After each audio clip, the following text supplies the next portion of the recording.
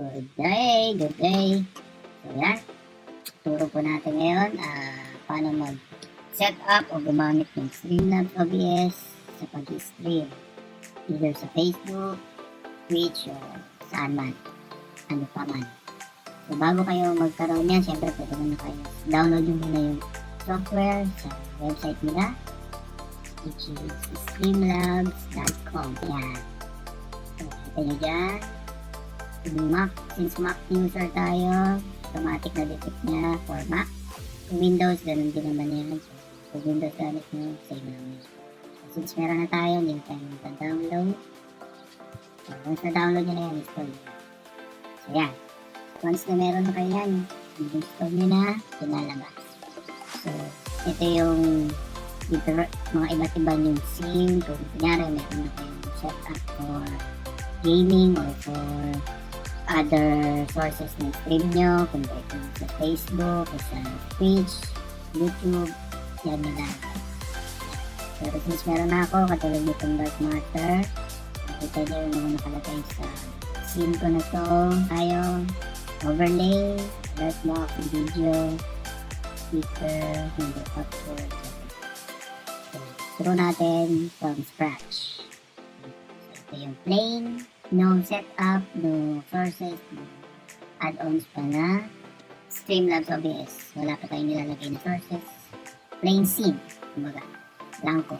Nag-i-stream tayo o nag-i-stream kayo using your cellphone, ng mga games nyo like Mobile Legends, Call of Duty, o ano mga games na nilalaro nyo sa phone nyo. Para makita nyo yan sa stream nyo o i-add dito sa Streamlabs. Click nyo lang to. Add source. Video capture device, add source, rename natin yan na, sabi natin CP mirror. Click add source, lalabas dyan ito, papapiliin kayo anong device ang gagamitin nyo. Since phone ang gagamitin natin, tap down, pili sa iPhone dito. So, running na ngayon na magaling sa phone natin, kaya nakikita nyo na yun. Okay, so yan, hindi siya na. Kita na nakalabas na yung video ng game. Pero hindi siya naka-center. Para ma-center natin yan, right click, transform, stretch screen. Okay, sa gitna na siya. So, okay na yan, but tayo mo nang dalawin, lock mo lang. Clicking this. Okay. Now, wala siyang audio. To do that, audio input capture, source, and game, audio, source. Yan. So, gamitin natin, mirror natin mamaya yung ating phone using QuickTime. And then, audio nun is multiplay sa speaker natin na ating computer. Tignan natin yan. Sa akin kasi ito gamit ko. Kung sa inyo may built-in speaker or any other sources ng audio nyo, yun yun.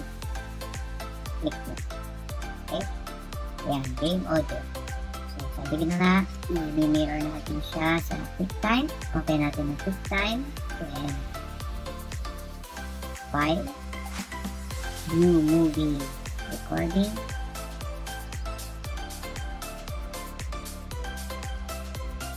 dapat na-detect niya ang ating phone gamit ang kable. So, pili tayo na ng game, sabihin natin Clash of Clans.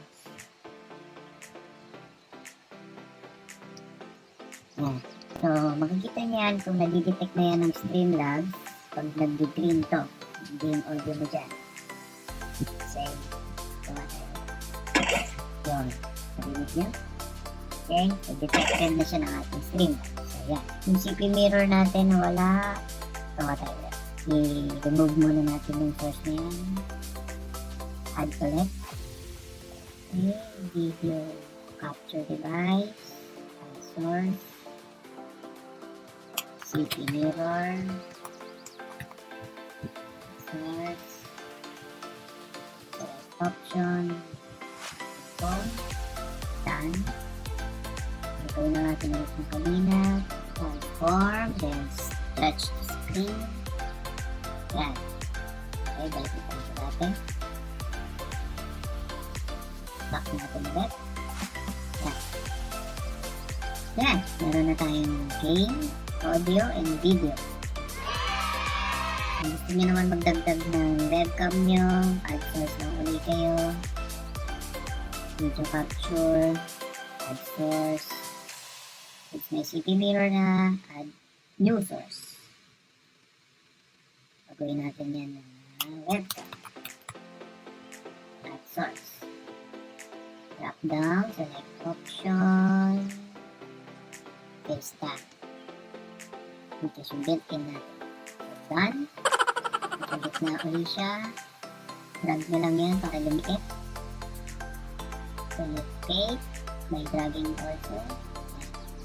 Okay na yan. Lock mo ulit. Ayan. We're done. Simple setup. Para kapag stream agad. Bago ka pala mag-go live, here, yan. Umalis sa settings. Click mo yung stream. Yan. Pili ka sa service na gagamitin mo. For me, siyempre gamit natin Facebook Live. Kuha natin yung stream key sa Creator Studio. Kita ko na lang din. Facebook. Ito. Page. Creator Studio. Go live. Yan. Ito yung stream key. Ilalagay natin doon. Copy natin. Ito tayo. OBS. Stream key. Paste natin dyan. Done. Yes. Okay na yun. Click natin yung go live. So, masabihin sa mga nanood. At don't forget, syempre, itag yung game. Here, sa mga Facebook pages din. Groups. Okay? So, yan. That's how you set up simple streaming, scene, in Streamlabs. If you have questions, please comment down below. Don't forget to like, share, subscribe, and click the notification bell for more updates and new videos.